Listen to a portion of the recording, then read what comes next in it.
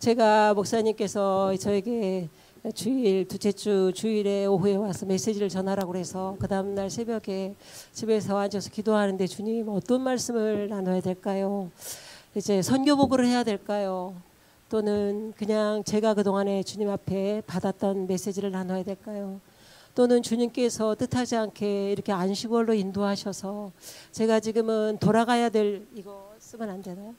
돌아가야 될 때라는 그런 주제로 말씀을 나눠야 될까요? 할 때 주님께서 저에게 요즘에 뭐 TV 프로그램에 보니까 전지적 무슨 막 시점 이런 거 있더라고요. 그래서 너희가 너희 그 선교지에서 자녀들을 교육을 위해서 어떻게 했었고 그 자녀들의 관점에서 한번 말씀을 나누면 좋겠다라는 마음을 주셔서 제가 오늘 이 잠언서 말씀을 택했습니다. 다시 한번 본문 말씀을 같이 보면 좋겠습니다. 잠언서 22장 6절입니다.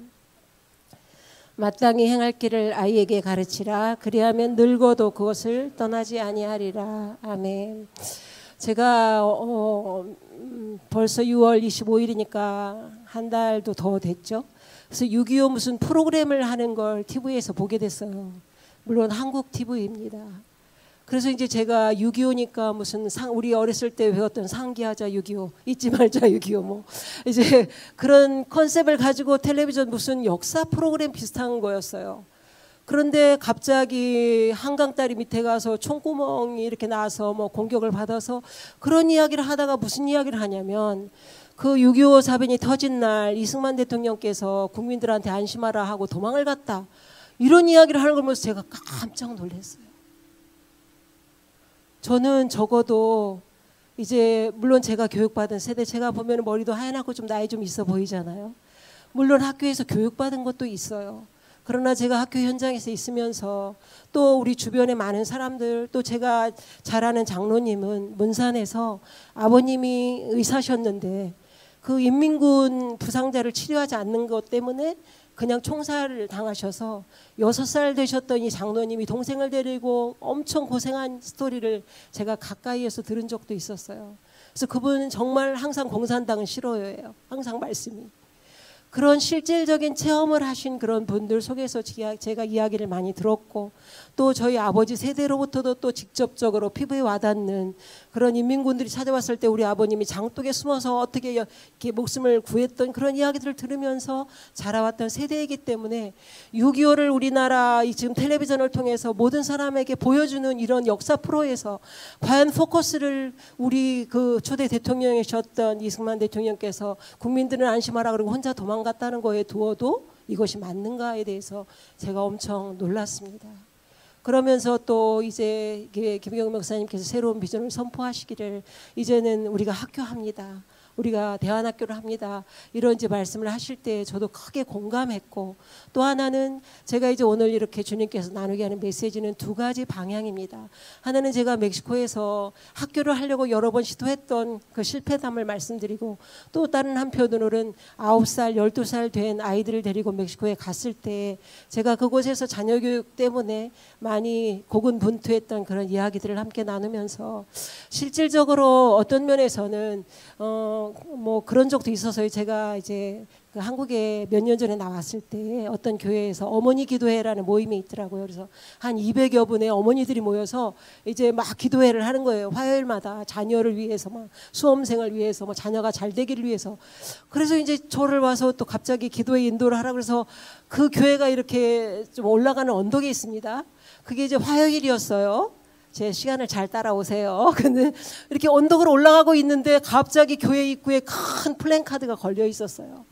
근데 그 플랜카드가 뭐였냐면은 그 바로 다음 날 수요일 날 저녁에 그 교회에서 어떤 사모님을 초청해서 자녀 교육을 위한 그런 세미나를 여는데 거기에 뭐가 써 있었냐면은 세 자녀인가 두 자녀인가 뭐 하버드 뭐 예일 어디를 가서 그 아이들이 받은 장학금이 몇 억이다라는 게 플랜카드에 딱 써 있으면서 그 사모님 초청 자녀 교육을 위한 세미나가 딱 써 있는데 갑자기 어깨에 힘이 쭉 빠지면서 나는 너무나 평범한 아이를 가지고 이렇게 고군분투하면서 생활해 왔는데 나는 정말 할 말이 없다. 이분들은 내일 그 메시지를 들을 건데 나는 오늘 무슨 메시지를 하지? 그럴 때 주님께서 저에게 주시는 마음이 있었어요. 여기에 모인 어머니 회에 모인 200여 분의 어머니들의 자녀들은 네 아들과 같이 다 평범하단다.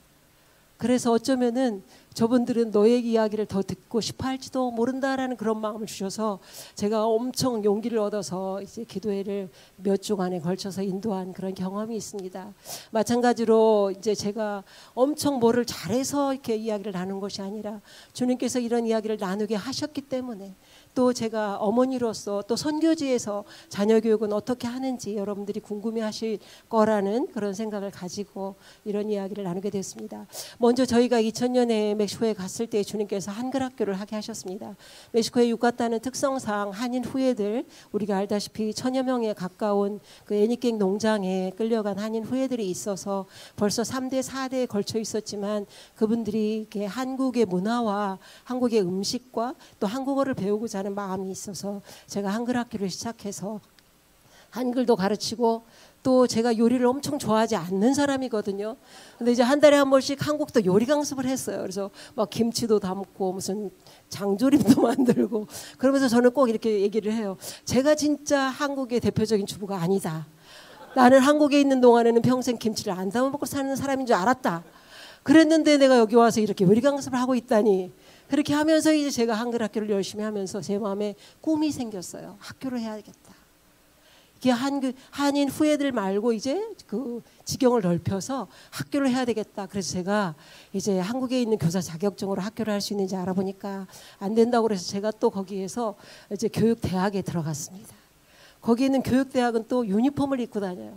제가 17, 18살 된 그 멕시칸들과 함께 유니폼을 입고 학교에 가서 한 6개월 정도. 그때 저의 나이는 방년 39이었습니다. 그래서 걔네들 생일 파티에도 가고 선물 교환도 하고 하는 이런 생활을 했습니다. 그때 저의 꿈은 우리 목사님은 이 전적으로 선교 사역을 하고 저는 학교와 이런 사역을 하면서 양갈래로 나가는 두 날개의 꿈을 가지고 있었습니다.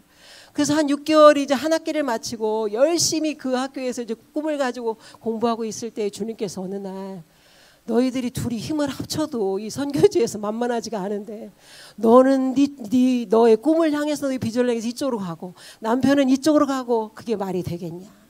그런 마음을 또 기도하는 중에 주셔서 제가 그 모든 것을 접고 이제 그리고 저희 목사님과 힘을 합쳐서 그때부터 같이 저희가 이제 예배 사역과 이런 세미나와 이런 것들에 이제 집중을 하게 되었습니다. 그러면서도 제게는 또 그 식지 않는 그런 꿈이 있어서 다시 뿌에블라에 10여 년 전에 왔을 때에 또 빈민촌에 우리가 교회 건물을 짓게 됐고 거기에 또 교실도 많이 짓고 다시 학교를 하는 꿈이 있었어요. 그래서 이제 저희가 사실은 법인을 만들었고 또 이제 또 다른 허가증이 있어야지만은 거기에서 나오는 이제 식빵 만드는 회사 빈보라는 유명한 회사가 있거든요. 그런 데서 도네이션도 받아서 아이들도 먹일 수 있고 그래서 이제 그 도네이션을 받을 수 있는 증을 만들려고 하는데 그게 그렇게 안 나오는 거예요. 그런 와중에 또 그 건물에 그 3명의 건축 강도가 들어오면서 이 부모님들이 이제 아이들을 보내지 않는 그런 상황까지 왔는데 저는 사실 또 열심히 있어서 가서 교육을 다 받고 이제 그 문을 열 준비가 다 되어 있는 상황이었는데 주님께서 또다시 문을 막으시면서 이거 왜 제가 이렇게 학교를 하려고 하는 꿈을 원래 제가요 교직에 들어갈 때 제 꿈이 교장이었습니다. 그래서 저는 교장까지 하고 학교를 그만두리라고 생각을 했었고 또 저희 아버님이 교편을 잡고 계셔서 제가 교장 되는 거에 대해서 굉장히 이렇게 기뻐하실 거라는 또 그런 소망을 저에게 주셔서 그런 생각을 늘 갖고 있어서 한국에서 안 된 거 내가 멕시코에서 해봐야 되겠다 할 때 하나님은 교장이 못 되게 하시고 늘 남편을 따라다니면서 어떤 데는 마이크가 하나밖에 없는 그런 데도 되게 많아요. 시골에 가면은. 그럼 우리 목사님은 저에게 마이크를 안 줍니다. 왜냐하면 당신은 목소리가 크고 나는 목청이 작으니 나는 마이크를 대고 하고 당신은 그냥 해도 우리는 부톤이 맞는다. 그리고 또 어떤 때는 제가 이제 앞에서 막 열을 올려서 막 찬양을 하고 있잖아요. 그러면은 당신이 너무 성령보다 앞서고 있다. 그래서 그 다음 교회에 갔을 때는요 마이크 줄을 20m 되는 걸 사갖고 오더니요 저를 저기다 앉혀놓는 거예요. 당신은 저기 앉아서 찬양해라. 내가 여기서 인도할 테니까. 그래서 저를 진짜 겸손하게 하시는 분이 바로 저희 남편이십니다. 그런데 제가 놀라운 걸 또 경험했어요. 사실은 제가 앉아서 회중에서 찬양을 하는데 제 안에 정말 영의 찬양이 올라오면서 하나님을 중심으로 예배해서 제가 남편한테 너무 감사하다. 고맙다. 왜냐하면 제가 이렇게 좀 보기에 열정 있어 보이지 않습니까? 그러다 보니까 이 패션이 이렇게 사람들이 열심히 찬양을 안 부르면 제가 막 갈비뼈가 아플 때까지 우리 찬양합시다 막 이렇게 멘트도 하면서 멕시코에서 찬양 인도를 하고 이렇게 했었는데, 늘 이제 저희 남편 되시는 양국직 선교사님이 저에게 당신이 너무 앞선다. 일이 안 되더라도, 혹시 하나님 우리에게 주신 비전이 성취되지 않더라도 우리가 성령님께 맞춰서 그 걸음을 가는 것이 맞다라는 저의 열정을 늘 잡아당기고 있습니다.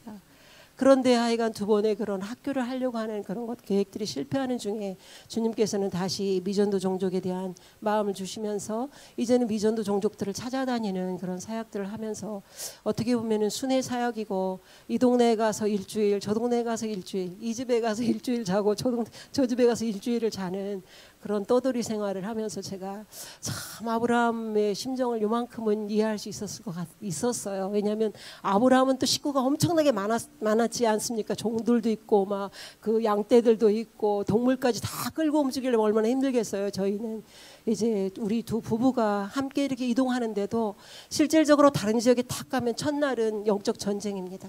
내가 이곳에서 일주일을 머물러야 되는데 화장실에 문이 없다. 그럼 나는 어떻게 할 것이냐. 화장실을 들어갈 때마다 외칩니다. 나 화장실 간다 이렇게 소리를 지르면 그 집안에 살고 있는 아이들과 사람들이 아 이제 누군가 화장실에 들어갔구나, 이런 걸, 그런 것들을 계속 생각하면서 이제 순회 선교를 여기까지 해왔는데요. 그러면 20년 전에 이제 거슬러 올라가서 저희 자녀들에 대한 주님께서 나누게 하시는 그런 말씀을 나누고 싶습니다. 오늘 청년 찬양팀에서 예수님이 우리의 베스트 프렌드다, 예수님만이 유일한 친구다, 그런 이야기를 할 때 제게 떠오르는 장면이 있었습니다. 저희가 아이들을 데리고 와서 이제 3년 정도 멕시칸 학교를 보냈습니다. 근데 이제 멕시칸 학교가 아침 7시 반에 들어가면은 12시 반이면 끝납니다. 그래서 이제 거의 집에 와서 점심을 먹고, 날씨가 너무 유카탄 지역은 이제 1년 내내 더운 날씨와 아주 더운 날씨 두 가지 날씨밖에 없거든요. 그래서 집에 일찍 가서 점심 먹고 집에서 이제 애들이 노는 이런 문화입니다. 근데 이제 애들이 청소년기고 이렇게 하다 보니까 너무 멕시칸 문화를 빨리 흡수하는 거예요. 그래서 멕시칸 문화라는 게 다른 게 없습니다. 주말이 되면 모든 아이들은 중학교 때부터 화장을 하고 막 이런 아이들이 전부 다 나가서 돌아다니면서 또 영화 구경하고 가서 뭐 먹고 놀고 이런 문화입니다. 그리고 파티가 얼마나 많은지 매 주말마다 생일 파티가 있습니다. 생일 파티를 열으면은 이런 있잖아요. 이렇게 범상한 보통의 가정에서도 주차장에다가 날씨가 더우니까 이 나이트클럽에 하는 반짝거리는 조명 있잖아요. 그런 걸 렌트해서 이렇게 달아놓고, 그리고서는 초등학교 4학년짜리 분명히 생일인데 엄마부터 전부 다 이렇게 음악 틀어놓고 이렇게 하고 다녀요. 그런 문화에 아이들이 막 휩쓸리면서 어느 날 저희 이제 큰애가 13살 정도 됐을 때인데 아이를 픽업하러 이제 약속을 해서 제가 이제 11시에 픽업을 하러 갔는데, 왜냐하면 밤문화가 이렇게 더운 지방은 밤문화가 발달해서 보통 9시쯤 시작해서 한 11시 돼야 좀 무르익어서 12시 1시 되면 파티가 끝나거든요. 그래서 이제 우리가 그 11시까지는 집에 들어와야 된다. 그래서 이제 11시쯤에 데리러 갔더니 우리 아이가요, 집에서 나갈 때는 분명히 양팔이 여기까지 내려오는 저 단정한 티셔츠를 입고 갔는데 친구 걸 빌려 입었는지 한쪽 어깨에는 아무것도 없는 이렇게 생긴 티셔츠를 하나 걸쳐 입고 거기에 있는 거예요. 저희가 조금 일찍 도착했더니. 그래서 그 아이를 데리고 집에 와서 제가 막 웁니다. 그래서 이제 제가 하나님 어떻게 해요? 진짜 이렇게 하려고 여기까지 데려온 건 아닌데요. 근데 우리 아이가 그래도 참 착하게 무릎을 딱 꿇더니 엄마 죄송해요. 그냥 친구가 빌려준다고 그래서 애들도 다 이런 거 입고 이렇게 긴 팔 입고 오늘 하나도 없는데 그래서 이렇게 했어요. 그래서 이제 저희 부부가 하나님 이제 우리가 결단해야 될 때가 됐습니다. 이 아이들을 이 멕시칸 문화에 던져놓고 너희들은 크리스천 문화를 따라야 된다. 너희는 선교사 자녀다. 이거 갖고는 안 되겠습니다. 그래서 저희 둘이 아이들의 학교를 그만두게 하기로 결정을 했습니다. 그리고 이제 공부를 좋은 학교를 나와서 하나님이 쓰시는 거 아니고 공부를 많이 했다고 쓰시는 거 아니고 지금 이제 이 문화를 끊어주지 않으면은 우리가 더 이상 컨트롤할 수 없는 그런 영향을 받겠구나. 그래서 이제 멕시칸 학교를 3년 다니고 아이들이 이제 학교를 그만두게 됩니다. 그때가 이제 큰아이가 중학교를 마칠 때 무렵이었고 작은아이가 이제 초등학교를 마치는 그런 시점이었는데, 그럼 어떻게 할 것인가. 우선 이제 집에서 공부를 가르치기로 그렇게 결정을 했는데, 참 하나님은 우리의 먼저 결단을 보십니다. 우리가 먼저 주님을 위해서 뭔가를 걸 때 꼭 아브라함이 이삭을 모리아 산에서 바치는 그것 말고 우리의 인생 가운데서 우리의 자녀의 또 가정의 삶 가운데서 사소한 것이지만 우리가 결단할 때 주님께서는 그 믿음을 보시고 주님의 문을 숨겨주셨던 문들을 열어서 보여주시는 것을 많이 경험하게 됐습니다. 근데 그 동네에 미국 선교사님이 살고 계신데 소문에 그 미국 선교사님이 자기 자녀가 6명인데 집에서 홈스쿨을 한다는 그런 이야기를 정보를 얻게 됐습니다. 그래서 이제 우리 목사님께서 선교사님께서 우리 이제 큰애만 어떻게 해보려고 이제 작은애는 어떻게 멕시코 학교를 좀 가더라도 큰애는 너무 이제 많이 자랐으니까 청소년기니까 그래서 그 집을 찾아가서 그 미국 선교사님 부부를 만나서 여기서 홈스쿨을 한다는 소문을 들었는데 혹시 우리 아이들을 받아줄 그런 게 되겠느냐 했더니 마침 그곳에 미국 선교사님 자녀 아이들이 7명이 모여서 공부를 하고 있는데 한 선교사님이 안식년을 나가서 아이들 둘을 데리고 나갔대요. 그 2명 얘기를 듣자마자 우리 목사님이 우리 작은 애한테 허락도 안 받았는데 그럼 우리 아들까지 받아달라고. 그렇게 해서 우리 둘째 아이 이름이 샘이고 큰 아이가 한결인데 샘이는 그날 멕시칸 학교를 간 날입니다. 그랬는데 걔가 돌아오니까 너는 이제 학교 그만두고 내일부터는 이 홈스쿨을 하여라. 그렇게 된 거예요. 어떤 면에서는 지금 보면은 그 시대에는 그런 말도 없었지만 부모로서 엄청나게 갑질을 했다고 볼 수도 있는 거죠, 사실은. 그래서 이제 그 아이들이 그 다음 날부터 홈스쿨을 하러 미국 선교사님네 집으로 가는데 문제가 지금까지 스페니쉬를 배워서 스페니쉬로 공부하고 3년 동안 이제 적응이 됐고 친구도 생겼는데 이걸 다 끊고 이제는 그 홈스쿨링 하는 미국 선교사님네 집에 가면 첫째로 교재가 영어입니다. 두 번째 7명의 아이들 우리 애들까지 포함해서 7명의 아이 중에 남자애가 이제 우리 애까지 2명 여자애들이 5명인데 초등학교 5학년부터 고등학교 3학년까지 있기 때문에 애들이 친구 또래가 아니에요.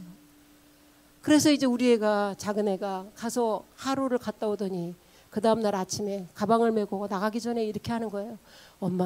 엄마한테는 이게 엄청 쉬워요. 나를 멕시코 데리고 와서 스페니쉬로 공부하라. 그리고 이제 겨우 적응되고 친구도 생겼는데 이제 또 저기 가서 영어로 공부해라. 이것이 엄마한테 쉬워요. 저는 힘들어요. 그렇게 하고 이제 아시다시피 거기는 납치가 많아서 항상 아이들을 데려다주고 데려오고 이렇게 하는 문화거든요. 그래서 우리 선교사님이 아이들 둘 데리고 나갔는데 제 마음이 무너졌습니다. 하나님 그렇네요. 저는 너무나 엄마라는 그것 때문에 쉽게 이렇게 해야 되고 저렇게 해야 되고 이게 맞고 저게 틀리고 계속 이렇게 해왔던 것들에 대해서 회개하면서 막 이제 기도가 이어지게 됐습니다. 하나님 우리 애는 친구가 없어요.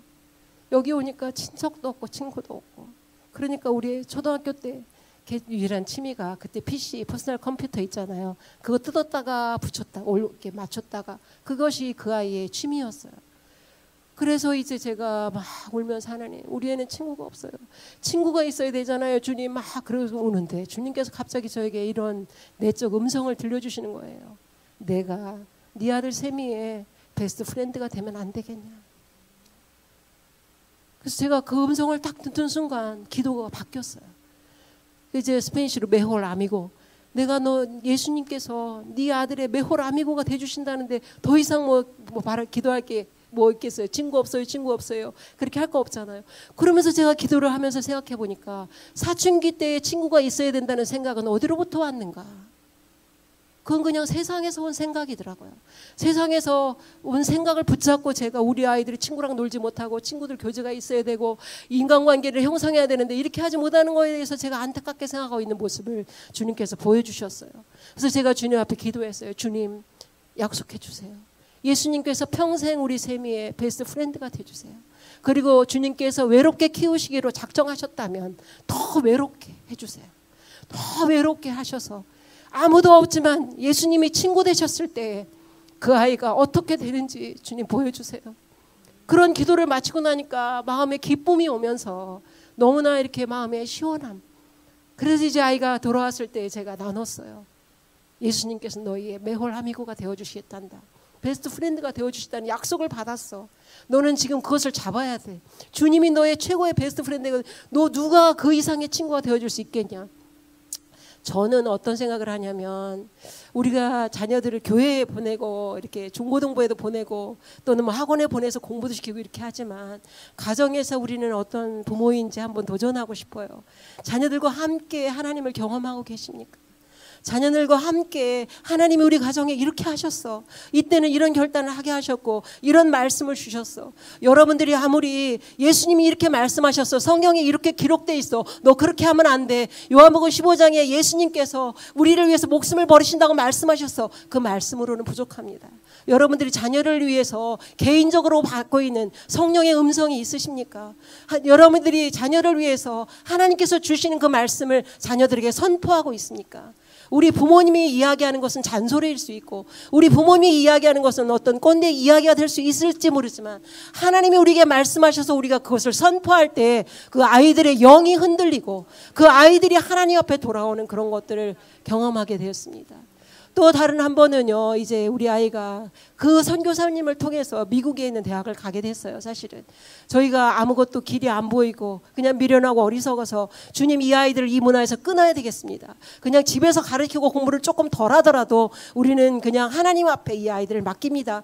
그렇게 했을 때에 그 선교사님이 이제 얘네들이 엄마 선교사님네 집에 가서 공부하나 우리 집에서 하나 똑같아. 혼자 가서 책 붙잡고 공부하는 게 똑같은 거예요.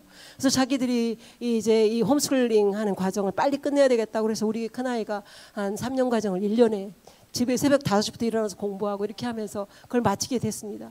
근데 이제 그게 막 너무 애가 진도를 빨리 내니까 그 미스 베니라는 그 미국 선교사님께서 저보다 12살 위인데 저랑 너무나 친구처럼 그렇게 나중에는 서로 잘 지냈습니다. 근데 그 선생님이 그러는 거예요. 너네 대책 있냐? 대학을 어디로 보낼 거야?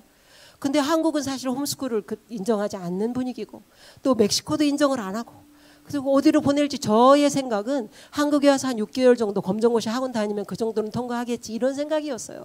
근데 그 선생님께서 그럼 내가 알아봐줘도 되겠냐? 아 그러면 감사하죠.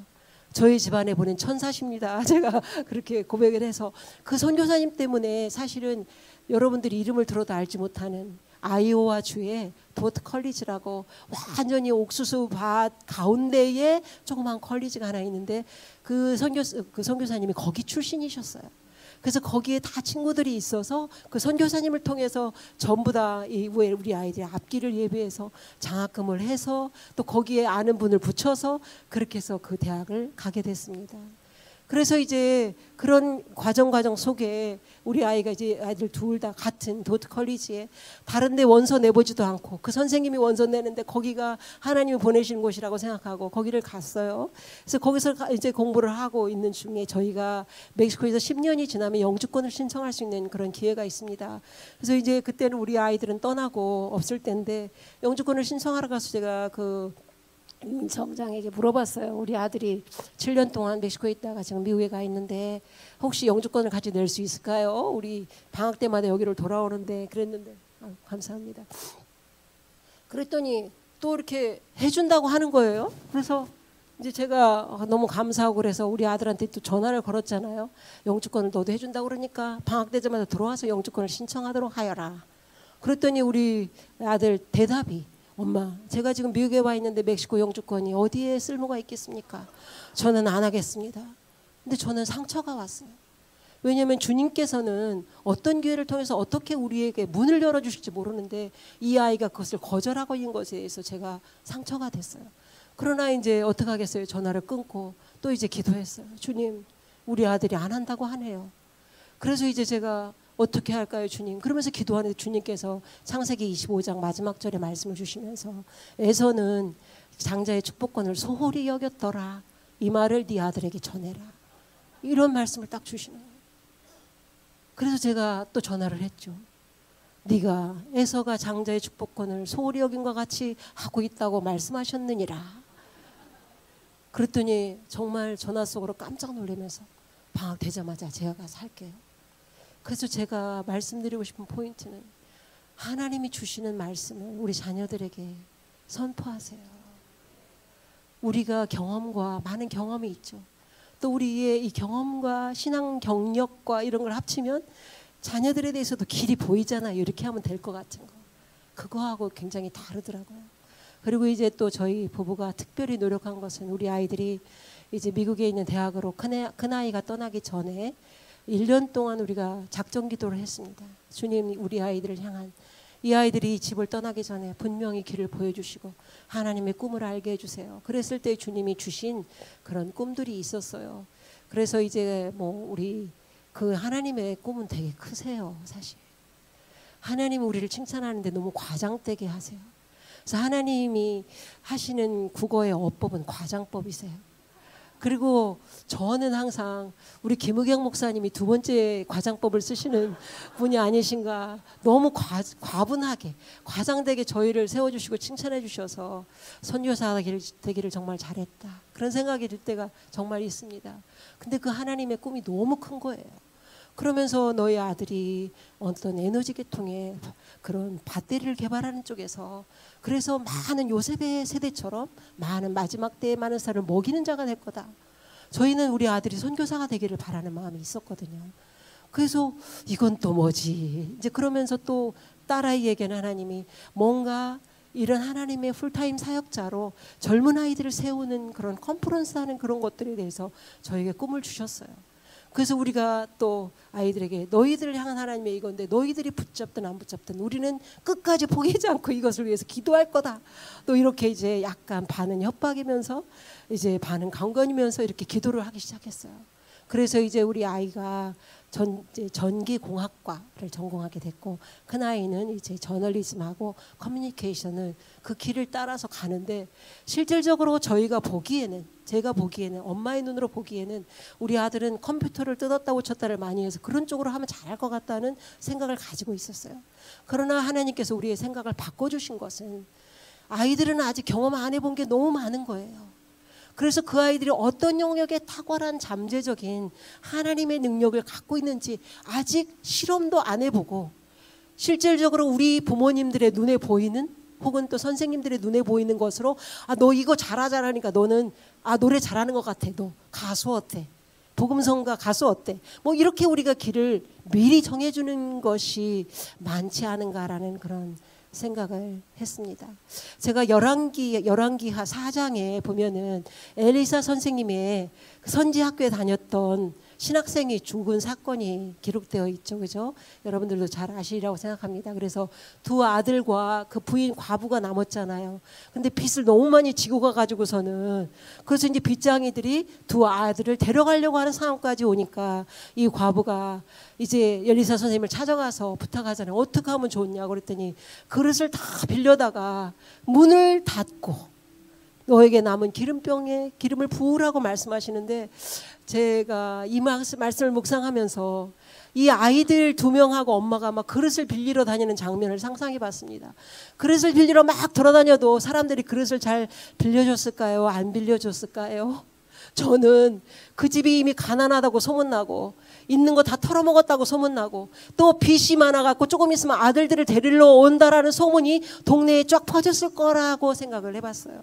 그런 묵상을 하면서 그 아들들 2명과 엄마가 얼마나 많은 그릇을 빌리러 다닐 때 박대도 당하고, 또 어떤 사람은 빌려주기도 하고 찌그러진 그릇도 빌려줬고, 아니에요, 어쩌면은 또 새는 그릇을 빌려줘서 그것을 막았을지도 모르고, 그런 상상 속에서 그 문을 닫고 그 두 아들과 그 어머니가 경험하게 되는 그 하나님은 어땠을까, 그런 장면을 제가 묵상해 봤습니다. 그 엄마와 두 아들이 평생 잊지 못할, 하나님은 이 빈 기름병을 채우시는 분, 우리가 준비한 만큼의 기름병을 채우시는 분이야. 그 두 아들 평생에 큰 간증이 되지 않았을까요? 우리 부모님과 자녀들이 함께하는 그런 간증들이 많아진 만큼 우리 자녀들이 하나님 앞에 세워지지 않는가, 그런 생각이 들었습니다. 요즘에 한국에 와보니까 물론 멕시코에서도 저희가 많이 기도했지만 이런 차별금지법이나 동성애법 이런 여러 가지 이슈가 있어서 이것을 반대하고 안 되고 막 우리가 이런 이야기들을 하고 또 실제적으로 그런 반대 집회에도 나가고 이렇게 하고 있지 않습니까? 근데 그걸 위해서 주님이 기도하는데 여기서부터 시작해라 그러면서 말씀하시는 게, 너희 자녀들이 순결을 지키도록 거기서부터 시작해야 된다. 반대하는 거 해야지 되지. 근데 반대하는 것만으로는 안 돼. 우리의 자녀들, 교회 안에 있는 청년들, 학생들이 너는 너무나 주님 앞에 순결을 지키기로, 순결하게 살기로 결단하고, 그렇게 결단해지는 만큼 능력 있게 이 모든 사단의 견고한 진이 파쇄될 거야, 이런 마음을 저에게 주셨습니다. 그래서 이제 제가 또 다시 이런 포인트로 넘어가서 우리 자녀들이 자기 이제 특히 아들은 엄마 저는 첫 번째 데이트하는 사람과 결혼하고 싶어요, 이런 꿈을 이제 중학교 고 청소년기에 세웠습니다. 그리고 실질적으로 그 자매를 첫 번째 만난 자매와 묻지도 따지지도 않고 결혼을 해서 지금 이제 미국 마이애미에 살고 있습니다. 마이애미가 아니죠. 플로리다 주의 탈라하시라는 도시에 살고 있습니다. 그리고 이제 이 딸아이가 사실은 위에 아이거든요. 뭐 이렇게 자녀들 허락 없이 자녀들 얘기를 많이 해서 걔네들이 또 뭐라고 할지는 모르겠어요. 그런데 그 딸아이가 몇 년 전에 멕시코에를 왔는데 둘이 이제 너는 교제하는 사람 없니? 제가 걔 20살 때부터 그 아이의 결혼을 위해서 준비했지 않겠습니까? 제가 성경의 창세기부터 계시록까지 훑으면서 성경에 나타난 모든 부부의 상을 추려서 노트 한 권에 제가 정리했어요. 그래서 어떤 부부가 돼야 되는지 성경이 말하고 있는. 근데 참 성경에 보면은요, 다양한 부부의 모습을 다 보여줘요. 남편을 업신여기는 미갈 같은 그런 미갈과 다윗의 그런 쌍도 보여주고요. 하나님이 자녀에 대한 걸 다 말씀해 주시고 계시해 주셨었는데 삼손의 부모 마노아와 그 어머니 같은 그런 부부도 있고요. 또 그런가 하면은 브리스일라 아길라 같은 그런 부부도 있고요. 그런 모습들을 제가 해보니까 거의 한 30쌍 정도를 추릴 수가 있었어요. 그래서 제가 이런 우리 자녀들의 결혼을 위해서 성경에서 막 공부하고 노트하고 이러면서 이것들을 이제 너희들은 이렇게, 그리고 너희들은 충분한 사랑을 받고 하나님을 알고 자랐으니까 조금 연약한 사람을 만나도 돼. 그래서 그 사랑을 흘려보내면 돼. 너무 잘난 사람끼리 결혼할 필요 없지 않냐. 막 이런 얘기를 하면서 제가 막 설득을 하고 그랬는데, 우리 아이가 몇 년 전에 멕시코 왔을 때 이제 한 열흘 정도 머물면서 많은 이야기를 나누는데 그런 얘기를 하는 거예요. 엄마, 제가 주변 사람들에게 안 믿는 사람은 절대로 소개하지 말아라. 그래서 이제 믿는 형제들을 만나도 사실 몇 번 한 3개월도 되지 않으면 벌써 같이 이런 신체적인 접촉과 이런 것들을 당연하게 여기는 문화에 와 있어서 나는 절대로 이렇게 하지 않는다 그러면은 그럼 설명을 해봐라. 왜 네가 그렇게 순교를 지키려고 하는지. 나는 설명하기도 치사하고 그래서 그냥 헤어지다 보니까 앞으로는 누구를 만나면 3개월 안에 결혼을 하는 수밖에 없습니다. 이런 이야기를 하는 거예요. 그래서 제가 깜짝 놀랐어요. 정말 한국의 세태가 이렇고 정말 교회에 있는 청년들도 자기의 순교를 지켜내는 것이 그렇게 힘들다면, 그렇다면 차라리 결혼하지 않는 것이 낫지 않을까, 그런 생각까지 제가 할 정도로 너무 이 젊은이들의 어떤 문화에 대해서 제가 몰랐던 그런 것들을 많이 생각하게 됐습니다. 여하튼 제가 이제 비도 조금 그친 것 같아서 갈 시간도 된 것 같은데 조금 더 말씀드리고 싶은 것은요, 우리 부모님들이 많이 공부했으면 좋겠어요. 많이 공부했으면 좋겠어요. 사실 저는 우리 아이들이 예배자로 서게 하는 그것을 위해서 많은 노력을 했습니다. 이제 지금부터 제가 자기 자랑질을 조금 할게요. 저희 딸아이가 대학을 졸업하기 전에 1년 전에 제가 딸아이 대학을 졸업할 때 제가 무엇을 선물로 줄 것인가 생각하면서 성경 공부를 창세기부터 계시록까지요. 성경 읽어지네. 100일 성경 그다음에 성경의 맥을 잡아라. 이런 성경 공부들이 인터넷에 엄청나게 나와 있잖아요. 그런 것들을 공부하고 제가 창세기부터 계시록까지 제가 공부한 성경 공부를 노트했습니다. 지도도 그리고 12지파가 위치했던 것도 그리고 어떻게 전쟁을 했는지 그것도 그 사이사이에 저의 묵상도 쓰고 하나님이 이런 걸 기뻐하시지 않겠나 이러면서 노트에서 제가 이 딸아이 대학 졸업식에는 제가 첫 장에 그렇게 썼죠. 언젠가 네가 엄마가 만난 하나님을 알고 싶다면 이 노트에 엄마의 묵상과 공부가 적혀 있으니까 이 노트를 펴면 좋겠다. 그래서 우리 아이가 엄마 제가 어디를 가든지 이것은 저에게 보물입니다. 그리고 이제 그런 어떤 누가 저에게 시키지 않는 노력을 제가 좀 많이 했습니다. 그리고 제가 또 계시록을 막 공부하잖아요. 그러면은 내가 우리 애들이 막 안 들으려고 해도 너는 누워있어. 침대에 누워있어. 내가 여기 앉아서 계시록 공부한 걸 너에게 꼭 전해주고 싶어. 너는 자도 돼. 그냥 나는 말하게 해줘. 이러면서 아이들을 붙잡고 제가 성경 공부를 시켜보려고 이렇게 많은 애를 썼던 것 같습니다. 그리고 이제 그 우리 아이가 그런 과정을 통해서 하나님께서 인도해 주신 그런 여러 과정이 있지만 자세히 알고 싶으면은 저에게 오셔서 그러면 제가 말씀드리고 어쨌든 간에 박사를 공부하게 됐습니다. 그래서 박사학위를 여기 받는 날 졸업할 때 저는 낯선 제가 그 대학을 가보지도 않았는데 졸업식 때 가는데 꼭 예배를 드리고 싶은 거예요. 감사 예배. 걔의 능력도 아니고 그의 어리석음과 연약함과 어렸을 때 정말 공부하기 싫어해서 제가 엄청 고민했던 아이예요. 심지어는 멕시코에 가서 멕시칸 학교를 다니는데 학교 갔다 오면 공부를 안 해서 제가 스페인시도 모르는데 스페인시 단어 찾아가면서 개책을 다시 공부해서 그 다음 날에 있는 시험을 시키고 할 정도여서 제가 그 아이에게 기대감이 별로 없었습니다. 근데 거기까지 인도해 주신 하나님 앞에 너무 감사해서 감사 예배를 드리고 싶은데 거기가 이제 플로리다 주립대학이다 보니까 그렇게 공식적인 이렇게 졸업식에도 예배가 없는 거예요. 그래서 어디에서 예배를 할까 우리 아들한테 예배 초소를 찾아놔라 그랬어요. 그랬더니 이제 자기가 이렇게 무슨 집 하나 해서 전기 없이 그 태양열로만 움직일 수 있는 냉장고 뭐 이런 것들을 걔가 이제 연구 프로젝트가 그런 거였는데 그 집에서는 할 수 있을 것 같다고 그래서 저희가 그 집에서 이렇게 졸업식 날 함께 졸업 감사 예배를 그 거기에 오신 몇 분 안 되는 한 10분 정도 됐나요? 우리끼리 예배를 드리는 그런 시간을 가졌습니다. 저는 항상 그렇게 생각합니다. 우리 자녀들이 무엇이 되느냐 그건 중요하지 않습니다. 우리 자녀들이 정말 하나님이 계산하시는 그런 인생을 살고 있느냐 그런 오늘의 생각을 갖고 있느냐 하나님께서 인도하시는 그 길을 가고자 하는 그런 결단이 있느냐 저는 항상 우리의 이제 아이들이 자리도 잡고 나이가 들었으니까요. 그렇게 하고 있지만 도전합니다. 토요일마다 사실 영상으로 우리 아이들하고 멕시코에 있을 때 예배를 항상 드리고 있습니다.